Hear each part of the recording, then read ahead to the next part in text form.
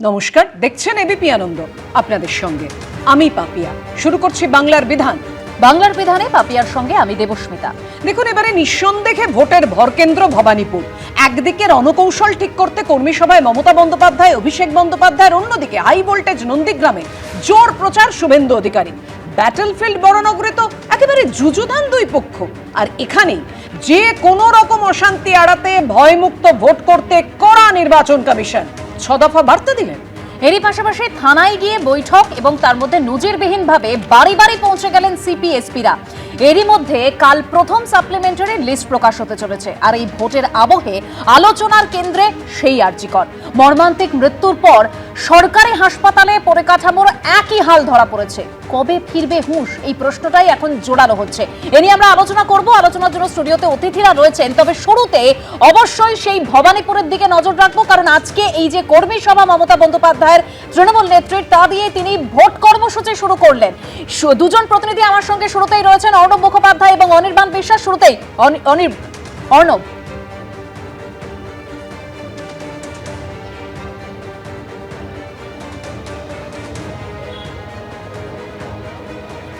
অর্ণবের কাছে যাব, তার আগে অনির্বাণ। দেখো, অহিন্দ্র মঞ্চে ইতিমধ্যে কিন্তু যে বৈঠক, সেই বৈঠক কিন্তু শুরু হয়ে গিয়েছে। কর্মী সভা বলা হলেও এই সভা কিন্তু অত্যন্ত গুরুত্বপূর্ণ তৃণমূল কংগ্রেসের কাছে, কারণ মমতা বন্দ্যোপাধ্যায় উত্তরবঙ্গের যে সফর, সেই সফর মঙ্গলবার শুরু হওয়ার কথা থাকলেও সেই সফর শুরু হচ্ছে বুধবার থেকে, এমনটাই কিন্তু আমরা তৃণমূল সূত্রে জানতে পারছি। তার আগে আজকে রবিবার সন্ধ্যেবেলায় অহিন্দ্র মঞ্চে ভবানীপুরের সমস্ত কর্মীদেরকে নিয়ে কিন্তু বৈঠকে বসেছেন মমতা বন্দ্যোপাধ্যায় এবং অভিষেক বন্দ্যোপাধ্যায়। এই বৈঠকে কর্মীরা যেমন আছেন, তার ছাড়াও কিন্তু সমস্ত কাউন্সিলররা রয়েছেন। এছাড়াও এই ভবানীপুর কেন্দ্র, যাদের উপরে মূলত এই নির্বাচন দায়িত্ব ন্যস্ত থাকে, সেই ফিরাদ হাকিম থেকে শুরু করে দেবাশিস কুমার, তারাও কিন্তু বৈঠকে উপস্থিত রয়েছেন। আজকে মমতা বন্দ্যোপাধ্যায় বেশ কিছু নির্দেশ কিন্তু তিনি কর্মীদেরকে দিতে পারেন। বাড়ি বাড়ি প্রচার তো যেমন চলছে তেমন চলবেই, তার পাশাপাশি আগামীকাল যেহেতু সাপ্লিমেন্টারি লিস্ট রয়েছে, সেই সাপ্লিমেন্টারি লিস্টে কিন্তু যাদের নাম বাদ পড়বে তাদের যাতে অবিলম্বে এই অ্যাপিল ট্রাইব্যুনালে নিয়ে যাওয়া যায়, এবং সেক্ষেত্রে দলীয় কর্মীরা যে সমস্ত মানুষের নাম বাদ পড়বে তাদের পাশে থেকে তাদের যাতে অ্যাপিল ট্রাইব্যুনাল পর্যন্ত নিয়ে যাওয়া যায় এবং তাদের নাম যাতে অন্তর্ভুক্ত করানো যায় পরবর্তী যে সাপ্লিমেন্টারি লিস্ট আসবে সেখানে, সেই নির্দেশ কিন্তু দেবেন মমতা বন্দ্যোপাধ্যায়, এমনটাই কিন্তু তৃণমূল সূত্রের খবর। এর পাশাপাশি কিন্তু ইলেকশন কমিশন যে ভূমিকা নিচ্ছে এখনো পর্যন্ত, বিভিন্ন সময় এসপি থেকে শুরু করে ডিএম, এমনকি রাজ্যের স্বরাষ্ট্র সচিব, মুখ্য সচিব প্রত্যেককে সরিয়ে দেওয়া হয়েছে, সে বিষয়ে কিন্তু মুখ্যমন্ত্রী মমতা বন্দ্যোপাধ্যায় বারে বারেই বলছেন কার্যত অঘোষিত একটা রাষ্ট্রপতি শাসন জারি করেছে ইলেকশন কমিশন। সেই বার্তা, সেই প্রচারকেও কিন্তু মানুষের ধরে ধরে নিয়ে যেতে হবে। এর পাশাপাশি বাংলা এবং বাঙালির যে অস্মিতার কথা তৃণমূল কংগ্রেস গত কয়েক মাস ধরে বলে আসছে, সেখানেও যে বারবার আঘাত আসছে, সেই অভিযোগ এবং সেই যে ভিত্তি, সেটাকেও কিন্তু নিয়ে যেতে হয় মানুষের কাছে। ফলত প্রচার কিন্তু একেবারে শুরু হয়ে গেল আজ থেকেই, এমনটা বলা যায়। এবং উত্তরবঙ্গ সফরের আগে মমতা বন্দ্যোপাধ্যায়কে এরকম কিন্তু কর্মী সভা করে তিনি প্রচারে বেরোচ্ছেন, এরকম কিন্তু সচরাচর দেখা যায় না। বরঞ্চ দেখা যায় যে ভবানীপুর কেন্দ্রে তিনি খুব বেশি গুরুত্ব দেন না, কারণ দলীয় কর্মীরা সেখানে কিন্তু তারাই যথেষ্ট ভবানীপুর কেন্দ্রকে মমতা বন্দ্যোপাধ্যায়কে জিতিয়ে আনার বিষয়। কিন্তু এবারের বিষয়টা কিন্তু একটু আলাদা, কারণ এবারে কিন্তু মমতা বন্দ্যোপাধ্যায় কিন্তু মুখোমুখি হচ্ছেন বিরোধী দলনেতা শুভেন্দু অধিকারীর সঙ্গে। স্বাভাবিকভাবেই হাই ভোল্টেজ বিধানসভা কেন্দ্র হয়ে দাঁড়িয়েছে ভবানীপুর। স্বাভাবিকভাবে হাই ভোল্টেজ কেন্দ্র ভবানীপুর। মমতা বন্দ্যোপাধ্যায় এবং শুভেন্দু অধিকারী 2021-এর পর 2026 একেবারে মুখোমুখি লড়াইয়ে। আমাদের অপর প্রতিনিধি অর্ণব মুখোপাধ্যায় আমাদের সঙ্গে রয়েছেন। অর্ণব, সেই কারণেই তো ভবানীপুর এতটা তাৎপর্যপূর্ণ। আছে কর্মী সভা দিয়ে শুরু করলেন প্রচার ভবানীপুর নিজের ঘর থেকে। কি বার্তা দিতে পারেন মমতা বন্দ্যোপাধ্যায়? দেখো, একটু আগে যেটা দেখা যাচ্ছে যে অভিষেক বন্দ্যোপাধ্যায় তিনি কিন্তু হচ্ছেন, তার বক্তব্য রেখেছেন, এবং অভিষেক বন্দ্যোপাধ্যায় প্রথমে বক্তব্য রেখেছেন। মমতা বন্দ্যোপাধ্যায় এখনও তার বক্তব্য রাখেননি, এবং অভিষেক বন্দ্যোপাধ্যায় যেরকম এখনও অবধি জানা যাচ্ছে যে তিনি প্রত্যেকটা এই যে ভবানীপুর প্রত্যেকটা জায়গায় কর্মীদেরকে নির্দেশ দিচ্ছেন যে ভোট বাড়ানোর জন্য। এখনও অবধি যেমনটা জানা যাচ্ছে যে তিনি কর্মীদেরকে নির্দেশ দিচ্ছেন যাতে গতবারে এই লোকসভার বিধানসভা ওয়ারি যেরকম ফলাফল হয়েছিল তার থেকেও কিন্তু একটু ভোট বাড়ানোর তিনি নির্দেশ দিয়েছেন। তার পাশাপাশি আরও জনসংযোগ বাড়ানোর কথা বলা হয়েছে। যেমনটা জানা যাচ্ছে যে অভিষেক বন্দ্যোপাধ্যায় নির্দেশ দিয়েছেন যে জনসংযোগ আরও বাড়ান, প্রত্যেকের বাড়ি বাড়ি যাওয়ার কথা বলা হয়েছে অভিষেক বন্দ্যোপাধ্যায়ের পক্ষ থেকে। এবং সেই সঙ্গে তিনি এটাও বলছেন যে প্রত্যেকের সঙ্গে যেন কোঅর্ডিনেশনটা ভালো থাকে, এবং সবাইয়ের কাছে যেন এই মমতা বন্দ্যোপাধ্যায়ের যে লাইফস্টাইল, যে জীবনধারণ, যে জীবনবোধ, সেই কথাগুলো যেন সাধারণ মানুষের সামনে তুলে ধরেন। মূলত অভিষেক বন্দ্যোপাধ্যায় এখনো অবধি বক্তব্য রাখছেন, এরপর মমতা বন্দ্যোপাধ্যায় বক্তব্য রাখবেন এবং তার বক্তব্য রাখার পরে একদম আরো বিস্তারিত আসবো। অবশ্যই মমতা বন্দ্যোপাধ্যায় এবং অভিষেক বন্দ্যোপাধ্যায় কি বার্তা দিচ্ছেন তাই নিয়ে গতকাল থেকে আপনারা জানেন বরানগর একেবারে উত্তপ্ত হয়ে রয়েছে। এই মুহূর্তে প্রচারেও আমরা দেখতে পাই জোরদার উত্তেজনা থাকে। এই মুহূর্তে কি পরিস্থিতি দেখতে পাচ্ছেন? মিডিয়া দেখতে পাচ্ছেন, মিডিয়া আমাদের সামনে আমাদেরকে, আমরা চুপচাপ দাঁড়িয়ে আছি, আমাদেরকে যেটা চাইছিলাম বলা হচ্ছে আমরা তাই জন্য তাদের সঙ্গে এসে বলছি জয় বাংলা, এবং তারা আমাদেরকে টেনে আসছে, মারতে আসছে। দেখুন কি অবস্থা বাংলায়, দেখুন এটা অবদ্ধতা, এটা অবদ্ধতা। আমাদের মিছিল আমরা তোমাদের মিছিল তোমরা একদম অবদ্ধতা, একদম একদম ঠিক না, এটা অবদ্ধতা। আমরা বিরোধী আমরা নিজের পার্টিকে নিয়ে যে ছবি দেখা যাচ্ছে বরানগরে সজল ঘোষের প্রচার চলছে, সেই সময় তৃণমূল কর্মীরা তারা একেবারে পতাকা নিয়ে এসেছেন এবং এখানে জয় বাংলা স্লোগান দেওয়া হচ্ছিল। তারপরই কার্যত কয়েকজন বিজেপি কর্মী এবং তৃণমূল কর্মী মুখোমুখি সেই ছবি আমরা দেখতে পাচ্ছি। তৃণমূল কর্মীরা এবং বিজেপি কর্মীরা তারা কার্যত মুখোমুখি এবং বিজেপি কর্মীরা সেখান থেকে চোর স্লোগান দিচ্ছেন। বিজেপি এই যে মিছিল যাচ্ছে, যে মিছিলের পুরো ভাগে রয়েছেন সজল ঘোষ, সুকান্ত মজুমদার, তাপস রায়রা, সেই মিছিলের উল্টো দিকে আমরা দেখতে পাচ্ছি তৃণমূল কর্মীরা তারা জড়ো হয়েছিলেন। আমি সুবীর রায়কে একটু দেখাতে বলবো সেই ছবি যেখানে তৃণমূল কর্মীরা তারা জড়ো হয়েছিলেন, পতাকা রয়েছে এবং এখানে তৃণমূল কংগ্রেসের একটি শহীদ বেদি রয়েছে। তৃণমূল কংগ্রেসের বেশ কয়েকজন তারা জড়ো হয়েছিলেন এবং তারা সেখান থেকে স্লোগান শাউটিং করছেন। আমি আরো একবার যাওয়ার চেষ্টা করব তৃণমূল কর্মীদের কাছে। আপনাদের বক্তব্য? আমরা আমাদের বক্তব্য হচ্ছে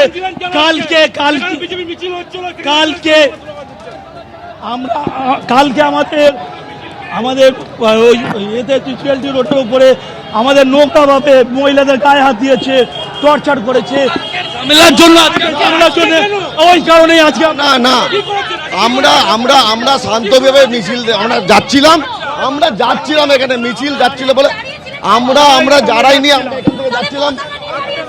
না ঠিক আছে, আমরা কোনো অশান্তি চাই না। আমরা যে ছবি দেখাচ্ছিলাম তৃণমূল কর্মীরা বেশ কয়েকজন তারা পতাকা নিয়ে দাঁড়িয়েছিলেন। বিজেপির যে মিছিল, আমরা মিছিলের কার্যত শেষ ভাগে চলে এসেছি এবং মিছিলের পুরো ভাগে রয়েছেন সুকান্ত মজুমদার, সজল ঘোষ, তাপস রায় তারা রয়েছেন এবং বিজেপি কর্মীরা তারা যাচ্ছেন পতাকা নিয়ে বিজেপির মিছিল এবং সেখানেই কিন্তু কার্যত এই ঘটনা ঘটলো যেখানে তৃণমূলের পক্ষ থেকে তারা একেবারে এসেছিলেন এবং আমি কথা বলার চেষ্টা করবো যারা বিজেপির পক্ষ থেকে রয়েছেন তাদের সাথে। আমি সুবীর রায়কে একটু বলবো বিজেপির যারা রয়েছেন তাদের সাথে কথা বলার জন্য।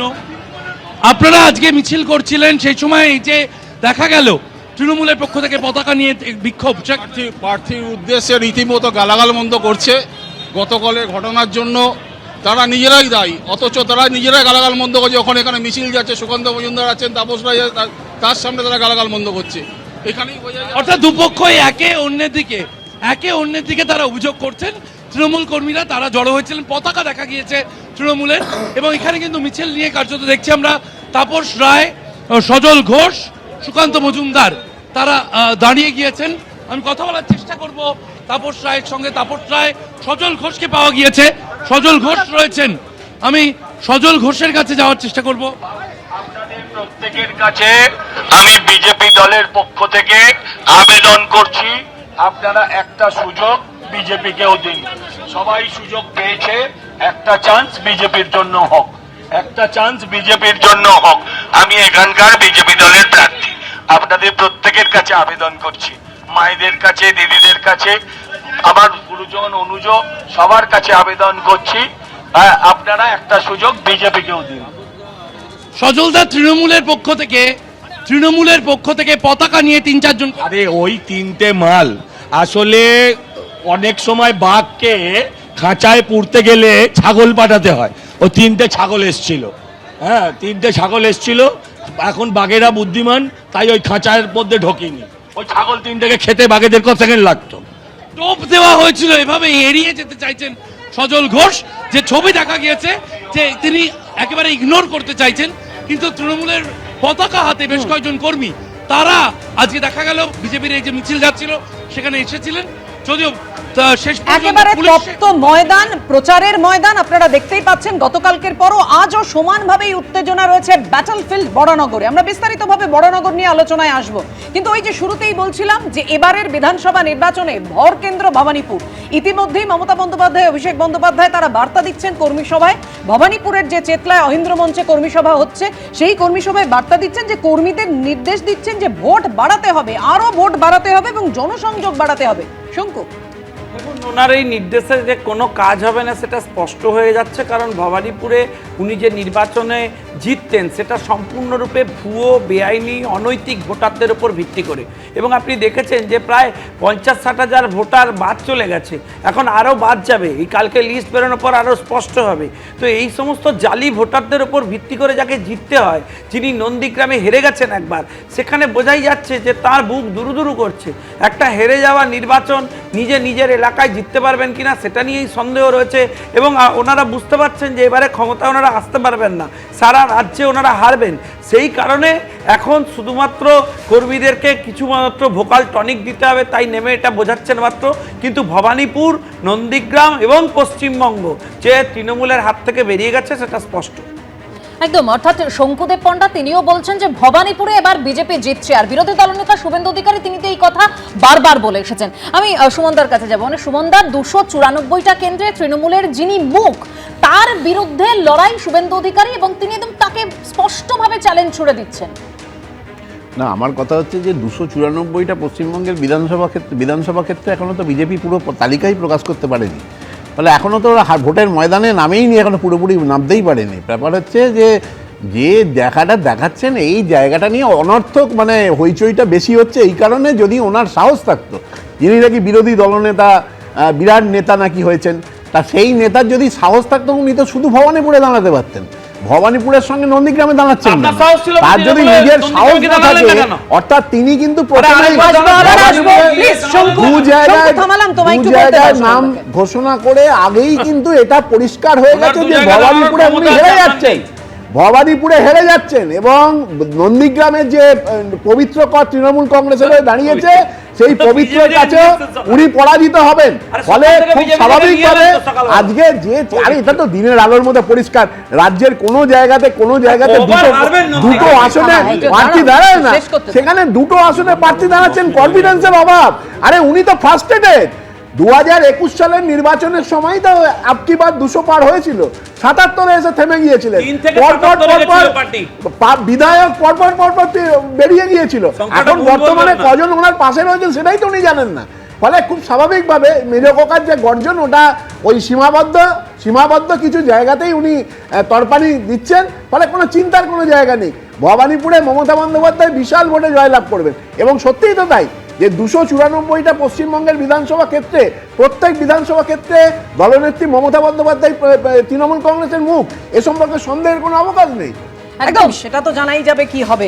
কিন্তু আমি শতরূপের কাছে এই জায়গায় আসতে চাইবো। শতরূপ, একেবারে হাই ভোল্টেজ কেন্দ্র, গতবার যেমন অর্থাৎ 2021-এ যেমন লড়াই ছিল নন্দীগ্রামের দিকে, এবারে নন্দীগ্রামের পাশাপাশি বিশেষ করে ভরকেন্দ্র যাকে বলা হচ্ছে অর্থাৎ ভবানীপুরে। কিন্তু এই দুই হেভিওয়েটের সঙ্গে লড়াইয়ে সৃজিব বিশ্বাস অর্থাৎ তোমাদের প্রার্থী, কি স্ট্র্যাটেজি তোমাদের? দেখুন, আমাদের সৃজিব বিশ্বাস কোনো হেভিওয়েটের বিরুদ্ধে লড়াই করছে না। সৃজিব বিশ্বাস বামপন্থীদের এজেন্ডাকে নিয়ে মানুষের সমর্থন চাইতে লড়াই করছে। যারা মনে করবেন যে সৃজিব বিশ্বাস এবং তার পার্টি যে কাজগুলো করতে চাইছে সেই কাজগুলো বাংলার জন্য প্রয়োজনীয়, তারা সৃজিব বিশ্বাসকে ভোট দেবেন। উল্টো দিকে মমতা বন্দ্যোপাধ্যায়, শুভেন্দু অধিকারী নিঃসন্দেহে আমাদের রাজ্যের অত্যন্ত গুরুত্বপূর্ণ দুজন লিডার, কিন্তু কোনো ব্যক্তির বিরুদ্ধে লড়াই করার জন্য আমাদের এই লড়াই নয়। ভবানীপুর এবং নন্দীগ্রামকে নিয়ে যখন আলোচনা হচ্ছে, আমি একটা কথা আপনাদেরকে বলছি, দুটো কেন্দ্রের মধ্যে একটা মজার ব্যাপার রয়েছে। ভবানীপুরের যিনি বিজেপি প্রার্থী তিনি দীর্ঘদিন তৃণমূল করতেন, আর নন্দীগ্রামে যিনি তৃণমূল প্রার্থী তিনি কয়েক মিনিট আগে পর্যন্ত বিজেপি করতেন। সুতরাং এই যে বিজেপি নেতা তৃণমূল হয়ে লড়াই এবং তৃণমূল নেতার বিজেপি হয়ে লড়াই, এটা এই কারণেও এই দুটো কেন্দ্র অত্যন্ত হাই ভোল্টেজ এবং খুব ইন্টারেস্টিং। আর আমি তার সঙ্গে একটা জিনিস যোগ করছি, দেখুন আমরা বরাবর এই মানে তৃণমূল কংগ্রেসের কাছ থেকে তো আমরা বলেছি যে মানে এদের মানে নির্লজ্জতার কোনো সীমা পরিসীমা নেই। নির্লজ্জতার একটা নতুন স্ট্যান্ডার্ড সেট করলো এরা, এই যে পবিত্র কর বলে যে ব্যক্তিটিকে নন্দীগ্রামে প্রার্থী করেছে তৃণমূল কংগ্রেস, সে বিজেপি করতো, শুভেন্দু অধিকারী ডান হাত ছিল, সেগুলো অন্য কথা। বুঝি 2021-এর বিধানসভা ভোটের পরে তৃণমূল কংগ্রেস কর্মী রবীন্দ্রনাথ মান্নাকে খুন করার অভিযোগে এই মমতা ব্যানার্জির সরকার তাকে 6 মাসের ওপর জেল খাটিয়েছে এবং সে মামলা এখনও চলছে। একটা লোক যে তৃণমূল কংগ্রেস কর্মীকে খুন করে 6 মাস জেল খেটেছে, সে এখন তৃণমূল কংগ্রেসের প্রার্থী। সে এখন তৃণমূলের পতাকা নিয়ে বাড়ি বাড়ি যাবে ভোট চাইতে। হয়তো রবীন্দ্রনাথ মান্নার বাড়িতে গিয়েও ভোট চাইবে যে আমি বিজেপিতে থেকে আপনার বাড়ির লোককে খুন করেছি, এবার আমি তৃণমূলে এসে গেছি, সুতরাং আপনি আমাকে ভোট দিন। কত বড় নির্লজ্জদের পার্টি এই তৃণমূল কংগ্রেস! এবং এটা প্রথম ঘটনা নয়। আপনারা জানেন সত্যজিৎ বিশ্বাস তৃণমূলের বিধায়ক ছিলেন, তাকে খুন করার পরে চার্জশিটের যে প্রথম নাম মমতা ব্যানার্জির পুলিশের করা চার্জশিটে প্রথম নাম মুকুল রায়, তাকে নিল তৃণমূল কংগ্রেসে। মঞ্জু বসু এখন দেখলাম প্রার্থী হতে না পেরে এখন তৃণমূল ছেড়ে দিয়েছেন। তার স্বামী বিকাশ বসুকে খুন করেছিলেন অর্জুন সিং, সেই অর্জুন সিংকে 3 টার্ম 15 বছর রাজ্যের এমএলএ করার পরে মমতা বন্দ্যোপাধ্যায় এসে বললেন, যখন অর্জুন সিং বিজেপিতে যোগ দিচ্ছে, বললেন যে এই তো বিকাশ বসুকে খুন করেছিল, আমি এতদিন কিছু বলিনি। খালি বলেননি তাই নয়, যে লোকটা ওনার দলের সহকর্মীকে খুন করেছিল তাকে এমএলএ করে এমন মাঝখানে রাজনীতি দেখলাম, বাংলার রাজনীতির এই চেহারা করলো তৃণমূল কংগ্রেস। যে খুন করেছিল সেই অর্জুন সিং আর যার স্বামী খুন হয়েছিলেন সেই মঞ্জু বসু একসঙ্গে তৃণমূলের মঞ্চে বসে আছে, মমতা ব্যানার্জি ডান দিকে আর বাঁ দিকে। সুতরাং এই যে এদের রাজনীতির নামে এই নির্লজ্জতাকে বাংলার মানুষ প্রত্যাখ্যান করুন, এটা আমাদের আবেদন। একদম। আমি এখান থেকে একবার বিশ্বনাথ চক্রবর্তীর কাছে যাব। বিশ্বনাথ দা, এখনো যা খবর পাওয়া যাচ্ছে কর্মী সভায় কর্মীদের উদ্দেশ্যে অভিষেক বন্দ্যোপাধ্যায় তিনি বার্তা দিচ্ছেন যে একবার নয়, দরকার পড়লে 3 বার করে বাড়ি বাড়ি যান, মানুষের কাছে যান, কোনো রকম আত্মতুষ্টি নয়, ভবানীপুরকে প্রথম করতে হবে।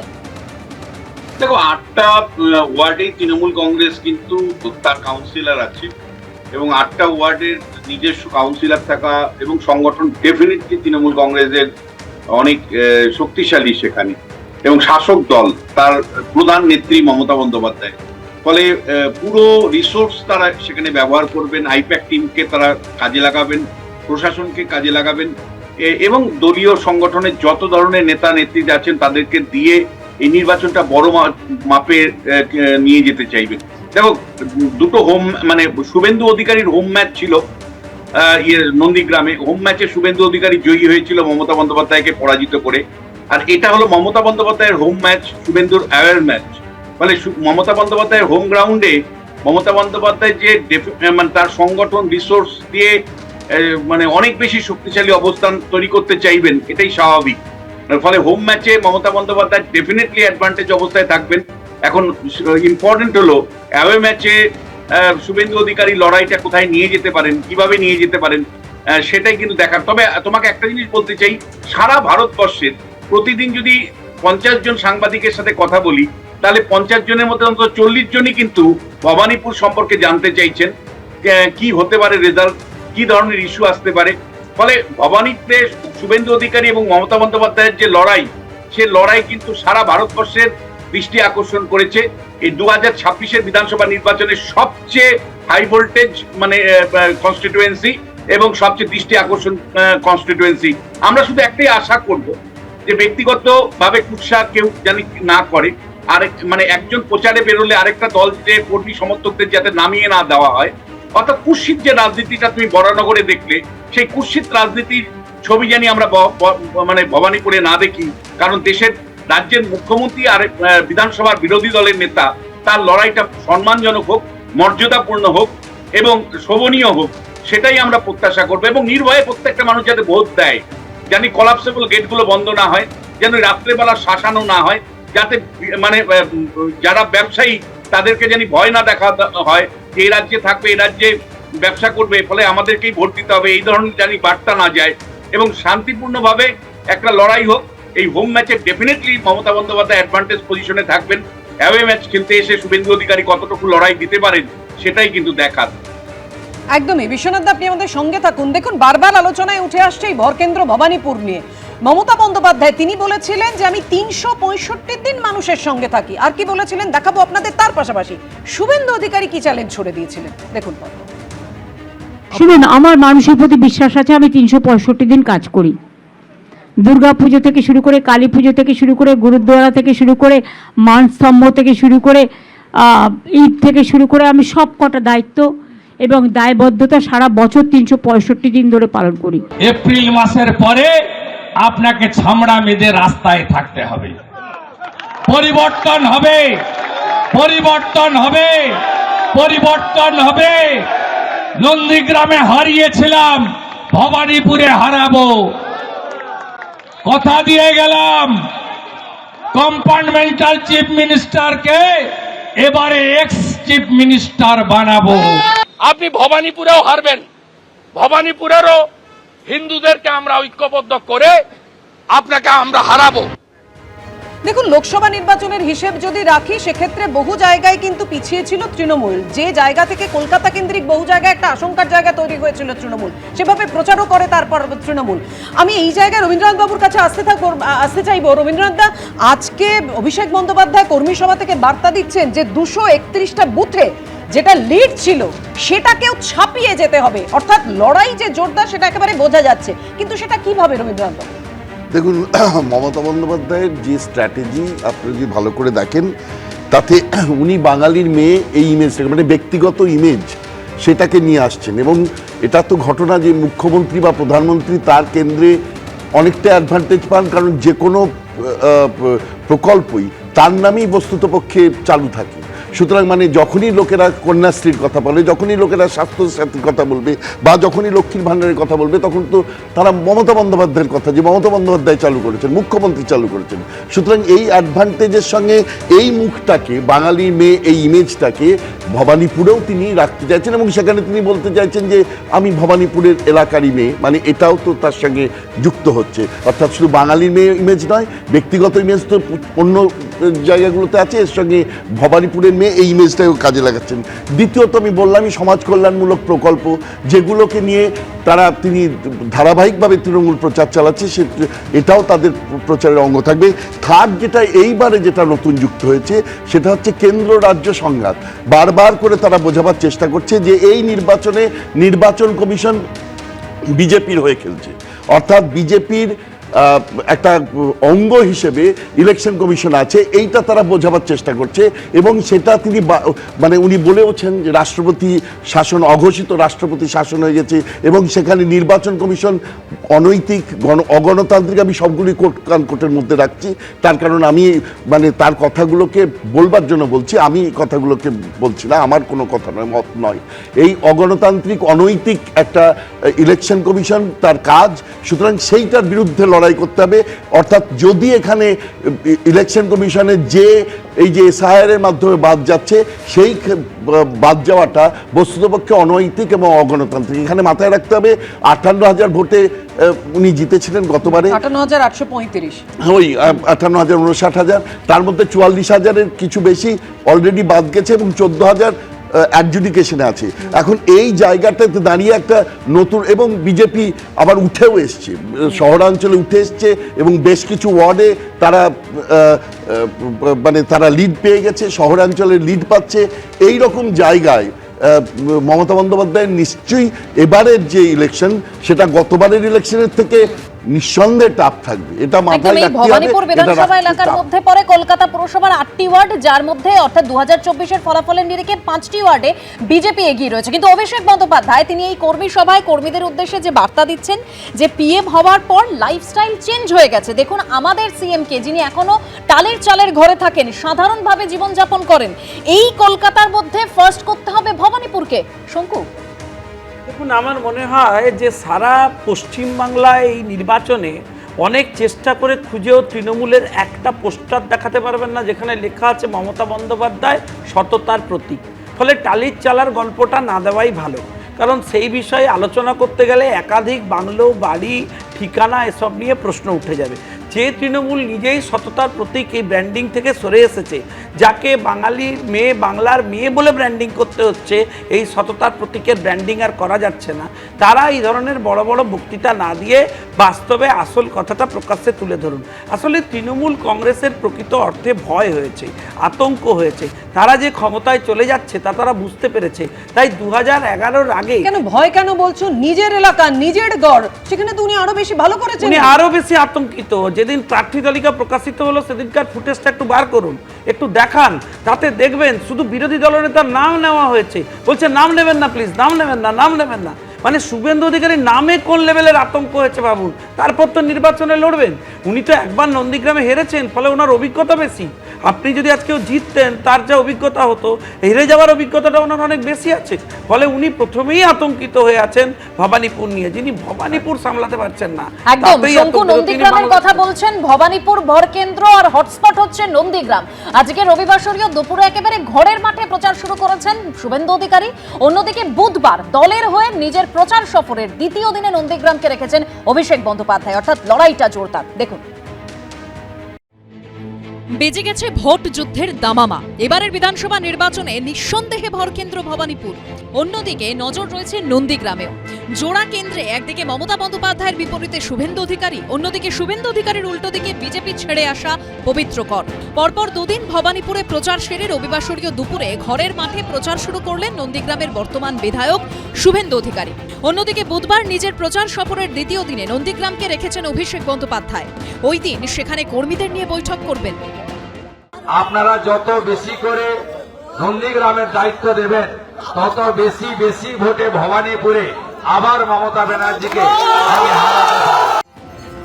এদিন আশাদতলিয়ার দুর্গা মন্দিরে পুজো দিয়ে প্রচার শুরু করেন শুভেন্দু অধিকারী। মন্দির থেকে বেরিয়ে খোল বাজিয়ে নাম সংকীর্তন করেন।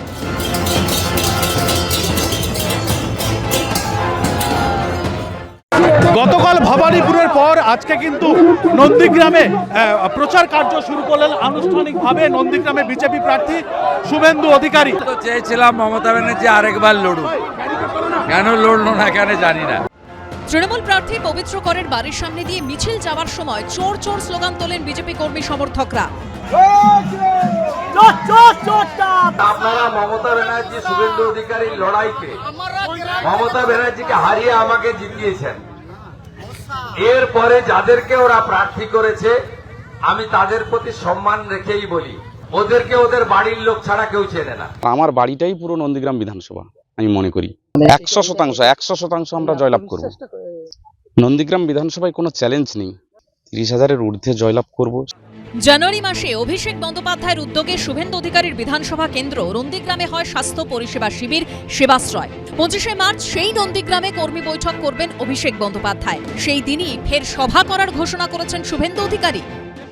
আগামী 27শে মার্চ রামনবমীতে দেখা হবে, আগামী 25 তারিখে কর্মী সভায় দেখা হবে, আর আগামী 30 তারিখ মনোনয়ন জমা দেওয়ার দিন আপনারা সবাই আমার সাথে থাকবেন। এবার শুভেন্দু জানে নন্দীগ্রামে এবার লোডশেডিং হবে না, এবং লোডশেডিং না হলে শুভেন্দু এমএলএ হবে না, সেটা শুভেন্দু নিজেও জানে। তার উপরে পবিত্রকর নন্দীগ্রামে প্রার্থী হয়, একদিকে যেরকম বিজেপির মোরাল ডাউন হয়ে গিয়েছে, শুভেন্দুর কপালে দুশ্চিন্তার ভাঁজ পড়তে বাধ্য, এবং তার জন্যই যেদিনকে অভিষেক ব্যানার্জিকে কর্মী সভা করতে হচ্ছে সেই দিনই শুভেন্দু অধিকারীকেও কর্মী সভা করতে হচ্ছে। কিন্তু ভবানীপুরে যেহেতু বিজেপি ওকে দাঁড়াতে বলেছে, তাই এখন না দাঁড়ালে পরে কর্মী সমর্থক সহ গোটা রাজ্যে বার্তা যেত যে শুভেন্দু পালিয়ে গেল।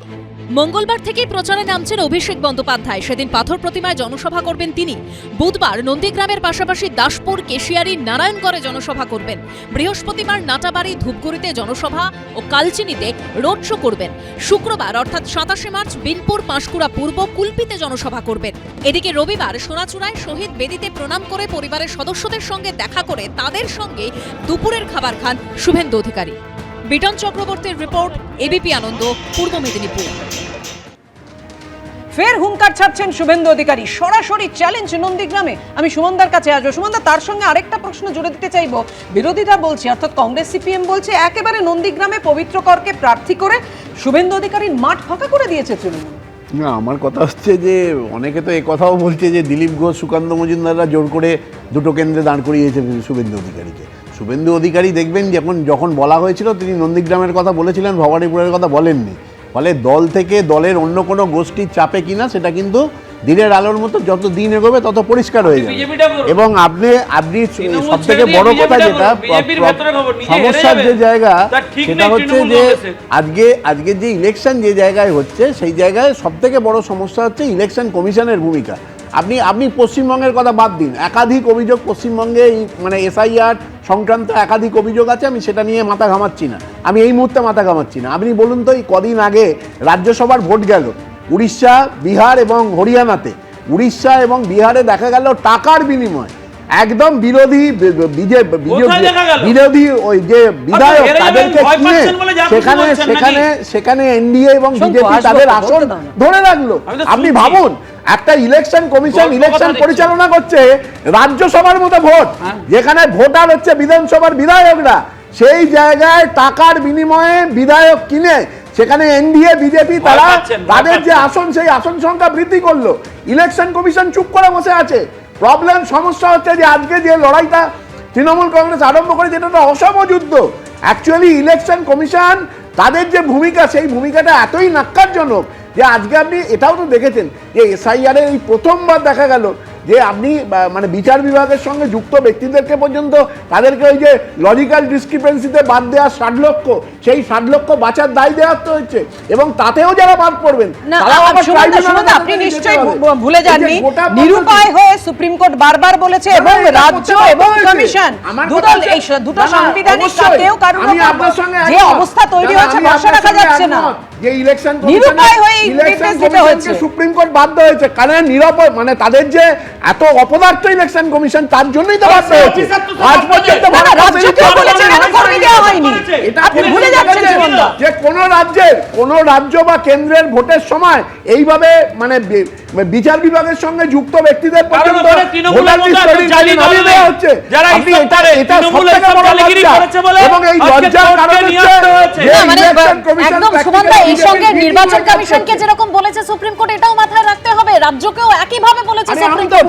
সেটা কোথাও গিয়ে ভুলে আমি শঙ্কুর কাছে যাব। শঙ্কু, মানে একদম পবিত্র কর যাকে তৃণমূল প্রার্থী করেছে নন্দীগ্রাম থেকে, একদম বিজেপির ঘর ভাঙিয়ে বিজেপির বিরুদ্ধে তাকে তৃণমূল দাঁড় করিয়েছে, তো কোথাও গিয়ে ওই কাঁটা দিয়ে কাঁটা তোলার চেষ্টা নয় কি? দেখুন, আমার মনে হয় তৃণমূল কংগ্রেস শত চেষ্টা করেও ওখানে কোনো প্রার্থী খুঁজে পায়নি। এখন বিজেপি থেকে প্রার্থী নিয়ে গিয়ে আদৌ কতটা কি করতে পারবে আমার সন্দেহ আছে। আমি শুনেছিলাম যে মাননীয় সাধারণ সম্পাদক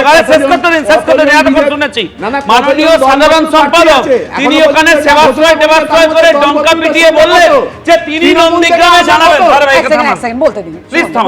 আমি আশা করেছিলাম, আমি শুনেছিলাম যে বীর বিপ্লবী মাননীয় সাধারণ সম্পাদক ওখানে সেবাশ্রয় টেবাশ্রয় করে ডঙ্কা পিটিয়ে বললেন যে উনি নন্দীগ্রামে দাঁড়াবেন।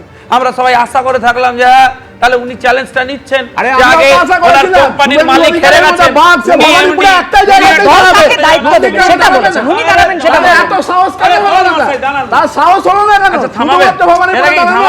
সিরিয়াস কথা বলছি, শুনুন না, বলছি আমরা আশা করেছিলাম আপনাদের বীর বিক্রমে এমডি কে, আপনাদের মালিক তো হেরে গেছে, তখন এমডি কে নিয়ে গিয়ে দাঁড় করাবেন, তারও একটা হারার অভিজ্ঞতা হবে। কই আমরা দেখলাম কোথাকার কি পবিত্র কর, এই অন্য দল থেকে নিয়ে এসছেন, এই একটা লাইন ছাড়া ওর সম্পর্কে একটা লাইন কেউ জানে না। হ্যাঁ, তোমাদের দলই তো ছিল, এরা কেউ ওর সম্পর্কে একটা লাইন জানে না। না না, একটা প্রশ্ন করতে এমন প্রার্থী যাদের নিয়ে আসছে তাদের কথা সম্পর্কে আসা যাদের প্রার্থী ঘোষণা করেছেন একটু ধরিয়ে দিই, সেটা হচ্ছে অভিষেক বন্দ্যোপাধ্যায় তো বলেছিলেন যে ক্ষমতা থাকলে একেবারে হুঙ্কার দিয়েছিলেন যে ডারবার থেকে দাঁড়ান। না না, শুনুন না, এখানে তো লড়াই হচ্ছিল নন্দীগ্রাম আর ভবানীপুর। শুভেন্দু অধিকারী দুটো চ্যালেঞ্জ নিয়েছেন, ওনার ক্ষমতা থাকলে উনি গিয়ে নন্দীগ্রামে দাঁড়াতেন। আমি তো এই যে ছবিটা আপনারা দেখাচ্ছেন পবিত্র করের সাথে কোলাকুলি হচ্ছে সাধারণ সম্পাদকের, এই ছবিটা যদি অফিসিয়ালি না বেরোতো, কে পবিত্র কর সারাদিন কোনো চ্যানেল ছবি খুঁজে পাচ্ছে না, ওর কোনো বক্তব্যই খুঁজে পাচ্ছে না, এ তো ওয়াক ওভার দিয়ে খেলতে নেমেছে। মানে সময় বলবে 4 তারিখ সমস্ত সময় বলবে, মানে নন্দীগ্রাম হয়ে গেছে। এতক্ষণ যেটা শুনছিলাম দুটো কথা বলছি। প্রথম কথা যে সুমন, এগুলো বহু আলোচিত, সুমনদা যে কথাটা বলছেন যে এখানে এই হয়েছিল, ইলেকশন কমিশন ওই করেছিল, আর এই ইলেকশন কমিশন তো এরকমভাবে সংখ্যালঘু মানুষের নাম বাদ দেওয়ার পরিকল্পনা নিয়ে ভারতের প্রতিটা রাজ্যে গেছে, কেরালায় তো পারেনি।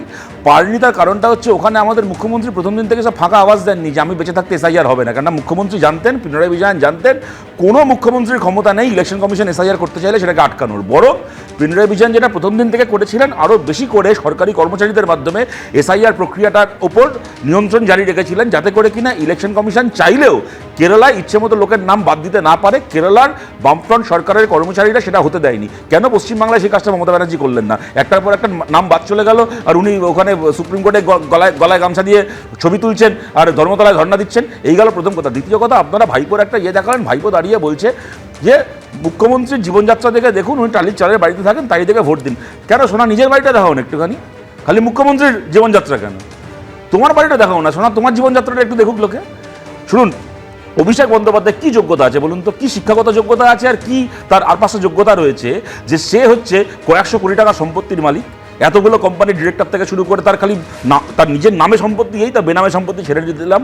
ভবানীপুরে যে বাড়িটায়, হাজরা মোড়ে যে বাড়িটা থাকে 23 পল্লী উল্টো দিকে, কি যোগ্যতা ওর, কি কোয়ালিফিকেশন আছে যে এই বিলাসবহুল বাড়িতে, বাড়ির মধ্যে এসকালেটার থেকে শুরু করে লাখ লাখ টাকা ঝাড়বাতি থেকে শুরু করে যা যা আমরা দেখি। এবং আমি আপনাদেরকে তার পাশাপাশি বলছি, মমতা বন্দ্যোপাধ্যায় জীবনযাত্রা থেকে শিখতে হবে। মুখ্যমন্ত্রী হওয়ার পরে কলকাতা শহরের খালি 3টে রাস্তায়, ওই পাড়ায় হরিশ মুখার্জি রোড, হরিশ চ্যাটার্জি স্ট্রিট, আর হচ্ছে ওই আরেকটা রাস্তা আমার কালীঘাট রোড। আমি জাস্ট শেষ করে নিই, মেদিনীপুরের সেই সিপিএম নেতার অট্টালিকা, সেই বাড়ির কথা আমরা কেউ ভুলে দেখুন যাইনি, তুমি হয়তো ভুলে গেছো। একটা অবান্তর উদাহরণ দিলেন, যে অট্টালিকার কথা বলছেন আমি আরো স্পেসিফিক্যালি সেই সিপিএম নেতা বলেন, আমি নামটা বলছি অনুজ পান্ডে, 1.5 কাঠা জমির ওপর একটা দোতলা বাড়ি, যেটা কিনা ওদের 3 ভাইয়ের সম্পত্তি। আর তার সঙ্গে কথা হচ্ছে একজন মুখ্যমন্ত্রী যিনি টালির চালের বাড়ি দেখিয়ে মুখ্যমন্ত্রী হয়ে কলকাতা শহরে খালি 3টে রাস্তায় নিজের পরিবারের নামে 35টা প্লট করেছে। কিসের সাথে কিসের তুলনা করছেন? আর আমি আপনাদেরকে তার পাশাপাশি এইটা বলছি, শুনুন, তৃণমূল একটা এমন দল না, ওদের এই যে একটা ক্যাম্পেইন আছে না, যে আমাদের দলের যত পঞ্চায়েত মেম্বার থেকে শুরু করে কাউন্সিলর যত চোটচিটিং বা হোক না কেন, আমাদের মুখ্যমন্ত্রী হেভি সৎ। মমতা ব্যানার্জি যদি সৎ হতেন, তৃণমূলের একটা লোক চোর হতে পারতো না।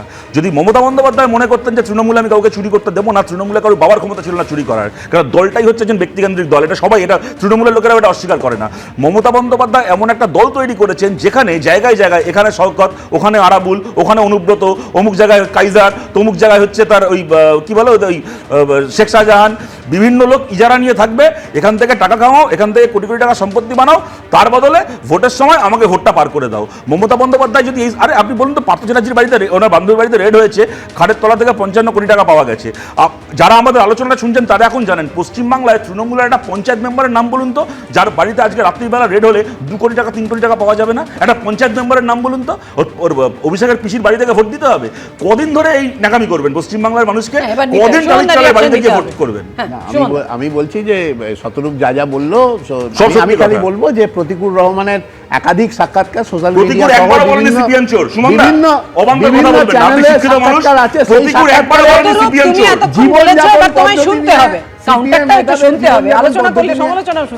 সিপিএম নেতাদের জীবনযাপন পদ্ধতি নিয়ে কি কি বলেছে সেগুলো একটু ভালো করে শুনে নেবেন। আমার কথা হচ্ছে, যদি এত অভিযোগ থাকে তার বিরুদ্ধে ব্যবস্থা নেওয়া হচ্ছে না কেন?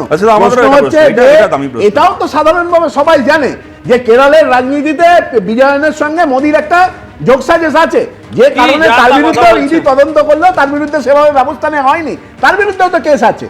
এখন ব্যাপার হচ্ছে যে মোদি এবং মোদি এবং বিজয় তারা তো আদানির জন্য বন্দরের উদ্বোধন মঞ্চে একসঙ্গে থাকে, ফলে আন্ডারস্ট্যান্ডিং আছে। পশ্চিমবঙ্গে সব থেকে বেশি বাধা বিজেপি পাচ্ছে, যে কারণে পশ্চিমবঙ্গের পরিপ্রেক্ষিতটা দেশের থেকে আলাদা। এবং এটাও আমাদের বলতে হবে যে মাননীয় মুখ্যমন্ত্রী শুধু ধর্ণা দিয়েছেন তাই না, তিনি সুপ্রিম কোর্টে গিয়ে সওয়াল করেছেন, এবং সেই সওয়াল করার সময় যে যে পয়েন্টগুলো তিনি তুলে ধরেছিলেন প্রত্যেকটাকে সুপ্রিম কোর্ট রেকগনাইজ করেছে। এই যে গোটা পদ্ধতি, এই যে একজন ভোটারের নাম বাদ গেল, সেটা ট্রাইব্যুনালের মধ্যে যাবে, দাবিটা মমতা বন্দ্যোপাধ্যায়ের করা। এই যে বিচার বিভাগের কর্মচারী, বিচারক সহ তাদেরকে দিয়ে এই যে গোটা অ্যাডমিনিস্ট্রেশন পদ্ধতিতে তাদের নিয়োগ করার যে প্রথা, সেই প্রথাটাও মমতা বন্দ্যোপাধ্যায়ের সওয়ালের ফলেই এটা হয়েছে। এটা অস্বীকার করার কোনো জায়গা নেই। আমি তো আশ্চর্য হয়ে যাচ্ছি। এবার একটু বিশ্বনাথ দার রিঅ্যাকশন নিতে হবে। বিশ্বনাথ চক্রবর্তী, দুজনকে সবার কাছে আসবে।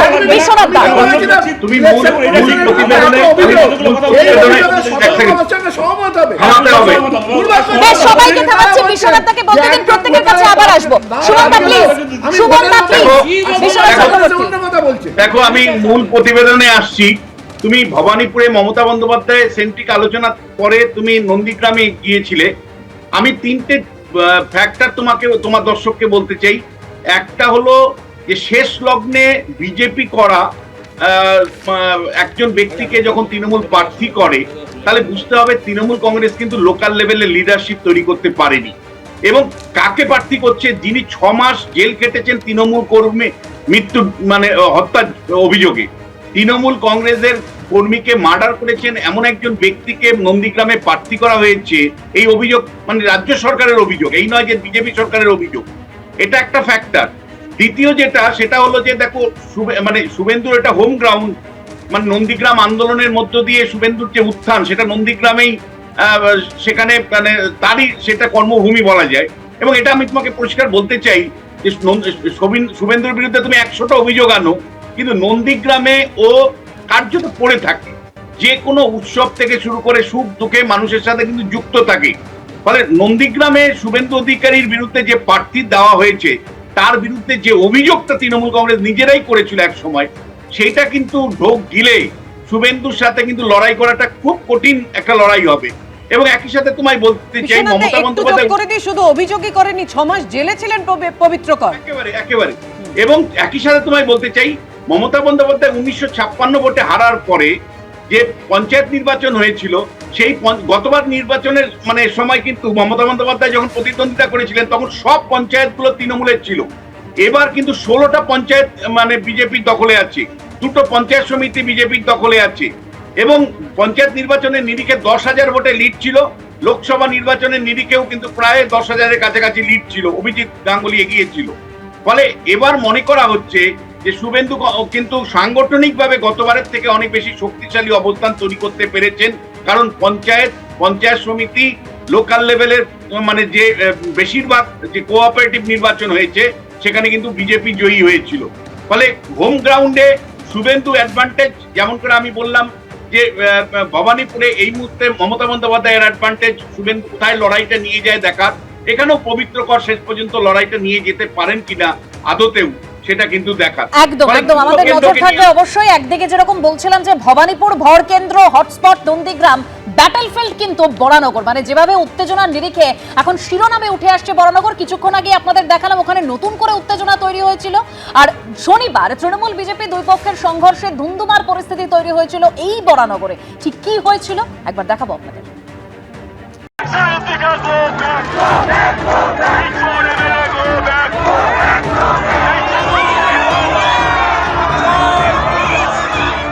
স্লোগান পাল্টা স্লোগান, দুই পক্ষের হাতাহাতি ধস্তাধস্তিতে শনিবার ধুন্ধুমার পরিস্থিতি তৈরি হয়েছিল বরানগরে।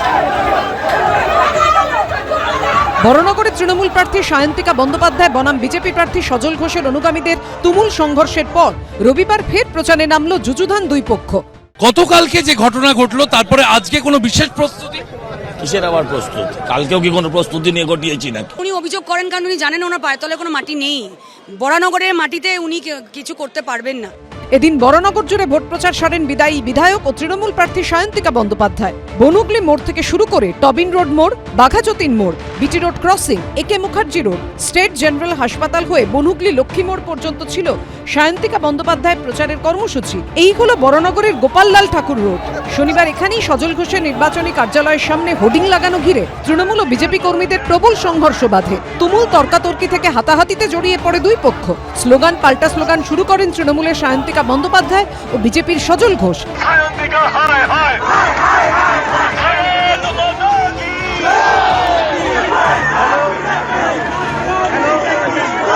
রবিবার এই এলাকা দিয়েও যায় সায়ন্তিকা বন্দ্যোপাধ্যায়ের মিছিল। পুলিশ ও কেন্দ্রীয় বাহিনীতে 6 লাখ ছিল গোটা এলাকা। গতকাল বিজেপি তৃণমূল সংঘর্ষে উত্তপ্ত হয়ে ওঠে বরানগরের গোপাললাল ঠাকুর রোড এলাকা, এবং সেখানে আজকে মিছিল যাচ্ছে। কেন্দ্রীয় বাহিনী মোতায়েন করা হয়েছে এবং প্রচুর কেন্দ্রীয় বাহিনী মোতায়েন করা হয়েছে গোপাললাল ঠাকুর রোডে।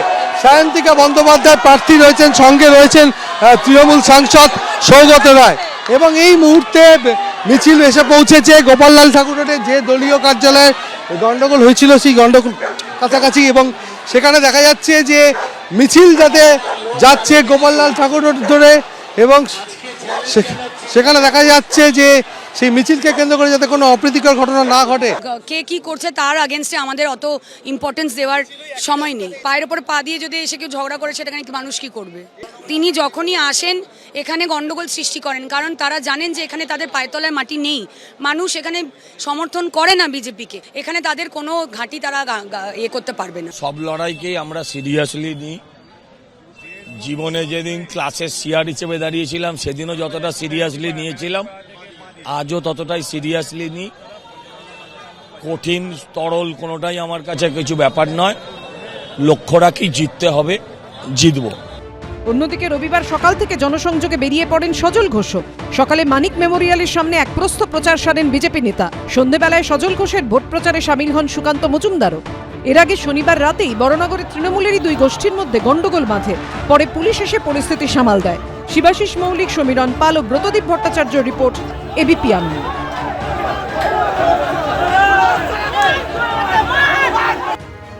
আপনাদের দেখাচ্ছিলাম প্রচার যুদ্ধ, এবার দেখাবো প্রচারে সৌজন্য।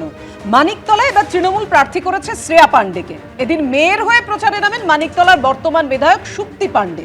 দেখা হয়ে যায় বিজেপি প্রার্থী তাপস রায়ের সঙ্গে। সুপ্তি পাণ্ডেন বলেন, লড়াই দুটো দলের নীতি, তাপসের সঙ্গে শ্রেয়ার নয়। রানীবাঁধের ছবি দেখুন, সেখানে বাহা উৎসবে বিজেপি প্রার্থী ক্ষুদিরাম টুডুর মাদলের সঙ্গে পা মেলালেন তৃণমূল প্রার্থী তনুশ্রী হাসদা।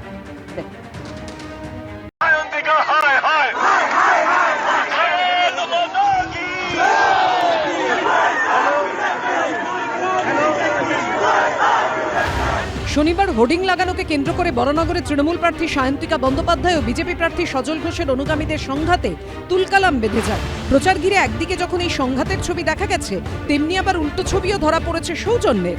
মানিকতলায় এবার তৃণমূল প্রার্থী করেছে প্রাক্তন মন্ত্রী প্রয়াত সাধন পাণ্ডের মেয়ে শ্রেয়া পাণ্ডেকে। অন্যদিকে বিজেপির প্রার্থী হয়েছেন তাপস রায়। এদিন মেয়র হয়ে প্রচারে নামেন মানিকতলার বর্তমান বিধায়ক সুপ্তি পাণ্ডে। দেখা হয়ে যায় তাপস রায়ের সঙ্গে। অশান্তি যদি আমাকে ফোন করবি, এইটাই তোকে অ্যাসিওরেন্স দিয়ে দিলাম। ছেলেরা যদি এদিক ওদিক করে কোনো অমর্যাদা দূর হবে না আমার এলাকা। এবার যদি কেউ করে আমাকে ফোন করবে। কখনো কচুরি খাওয়াতে না পারার আক্ষেপ শোনা গেল সুপ্তি পাণ্ডের গলায়। আজকে এমন দিনে এলো, ওদের দলও খানিকটা দায়ী, শুধু যুদ্ধ নয়। আমি আমার বন্ধুকে কি বলবো আমি জানি, কিন্তু কচুরিটা খাওয়াতে পারলাম না গ্যাস। শুধু ওদের দলের নীতির সঙ্গে আমাদের দলের নীতি, তাপসের সঙ্গে শেয়ার। তো কখনো চলল খুনসুটি। আমরা বিয়ে দিয়ে নিয়ে এসেছি, আমাদের জিজ্ঞেস করো না, বা তারপরে আবার বাপের বাড়িতে পৌঁছে দিয়েছি, আবার নিয়ে এসেছি। প্রাক্তন আইপিএস রাজেশ কুমারকে এবার জগদ্দলে প্রার্থী করেছে বিজেপি। তাঁর লড়াই তৃণমূলের সোমনাথ শ্যামের সঙ্গে। শ্যামনগরে রবীন্দ্র ভবনে কর্মীদের উদ্দেশ্যে সোমনাথ শ্যাম বলেন, রাজেশ কুমারকে সম্মান করতে হবে। অফিসার হওয়া কয়েক লক্ষ পরীক্ষার্থীদের মধ্যে পরীক্ষা দিয়ে সে কিন্তু আইপিএস কিংবা আইএস হয়। সে প্রচন্ড ইন্টেলিজেন্ট হন, মেধাবী ছাত্র। আমি বলেছি যে আমি আশা করবো, তার আহ্বান জানাবো যে আমরা যেন রাজনৈতিক লড়াই করি, কোনো হিংসার লড়াই কিংবা অন্য কোনো লড়াইতে না বাধি। অন্যদিকে আবার বাঁকুড়া রানীবাঁধে বাহা উৎসবে বিজেপি প্রার্থী ক্ষুদিরাম টুডুর মাদলের তালে পা মেলালেন তৃণমূল প্রার্থী তনুশ্রী হাসদা।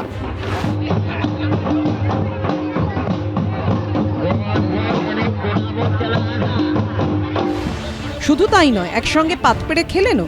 অর্ণব মুখোপাধ্যায়, পূর্ণেন্দু সিংহ, সমীরণ পালের রিপোর্ট, এবিপি আনন্দ। আমি রবীন্দ্র বাবুর কাছে যাব। রবীন্দ্র বাবু, মানে এই সৌজন্য রাজনীতিতে আমরা প্রতিবার ভোটের আগে দেখতে পাই, কিন্তু কথা হচ্ছে যদি সত্যি এই সৌজন্যটা যেরকম মুখে, সেটা যদি কাজেও হয়, এটাই তো হওয়া উচিত। তাহলে হয়তো ওই প্রচার যুদ্ধগুলো হয় না। শুধু প্রচার যুদ্ধ নয়, যদি এই সৌজন্যের নিদর্শন যত বাড়বে, যত এই উদাহরণগুলো বাড়বে, তত কিন্তু ভোটের হিংসাটাও কমবে। দেখুন, নেতৃত্ব যদি এই কথা বলেন, যেটা সুপ্তি পাণ্ডে বললেন, যদি কিছু হয় আমাকে এসে বলবি, এই যে অ্যাসিওরেন্স অন্য ক্যান্ডিডেটকে বলছেন যে এটা আমার এলাকা, এটা তো অসম্ভব ভালো একটা উদাহরণ। এই উদাহরণগুলো যদি সব প্রার্থী তারা নিয়ে চলতে পারেন, যে যেখানে আসে, আরে লড়াই তো সত্যি কথাই, বিজেপির সঙ্গে সিপিএমের লড়াই, সিপিএমের সঙ্গে কংগ্রেসের লড়াই, কংগ্রেসের সঙ্গে তৃণমূল কংগ্রেসের লড়াই, এর সঙ্গে ওর লড়াই, এ তো চলছেই।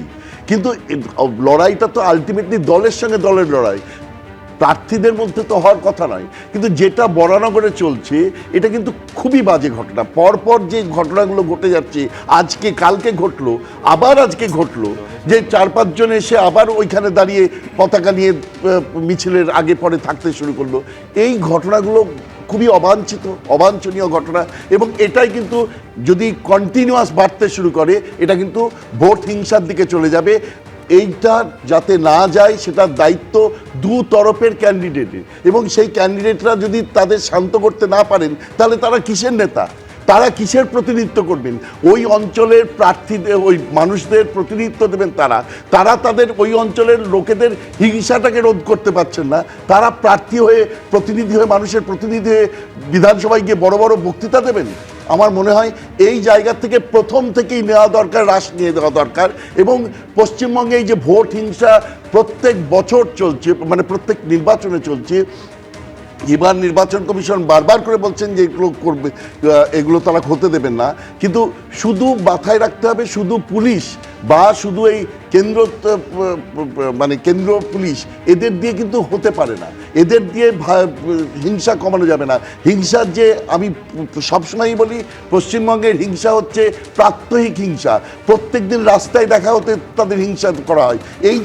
এই যে হিংসা, চোখের ইশারা হিংসা, কথা বলা বলে হিংসা, এইগুলো যদি কমে যায়, এগুলো যদি প্রার্থীরা নিজেরা কমান, তাহলে গোটা বিষয়টা কিন্তু পশ্চিমবঙ্গে অনেক ভালো উদাহরণ, গণতান্ত্রিক উদাহরণ আসবে এবং নির্বাচন কমিশন একটা সঠিক মানে গণতান্ত্রিক একেবারে আপনি বলছেন প্রাত্যহিক হিংসার যে জায়গায় দাঁড়িয়েছে পশ্চিমবঙ্গ, একেবারে উদাহরণ তৈরি করে দিয়েছে, দৃষ্টান্ত।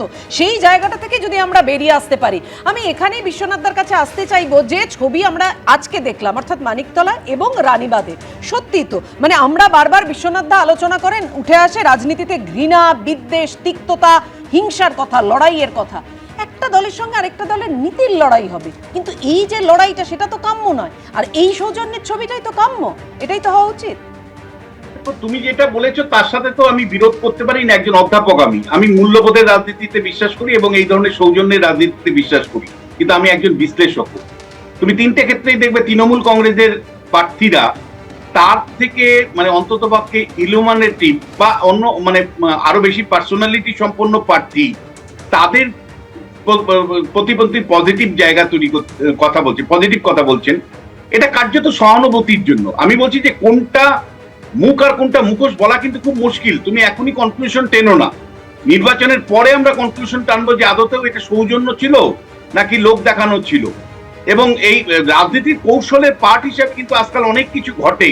ধরো এই সোমনাথ শাম আইপিএস অফিসারকে যে কথা বললেন, আপাতত তুমি আমি একমত যে এটাইতে হওয়া উচিত, একজন আইপিএস অফিসারের প্রতি খারাপ কথা কেন বলা হবে, কিন্তু এটা আইপিএস অফিসার যে সম্মান পাবেন, সেই সম্মানের প্রতি শ্রদ্ধা জানিয়ে তিনি কিন্তু তার মানে প্রার্থী পদের ওয়েটেজটা বাড়ালেন এবং শেষ পর্যন্ত গিয়ে সেটা কোথায় মানে যখন গ্রাউন্ড রিয়ালিটিতে আসবে তখন কোথায় গিয়ে দাঁড়াবে আমি তুমি কেউ জানি না।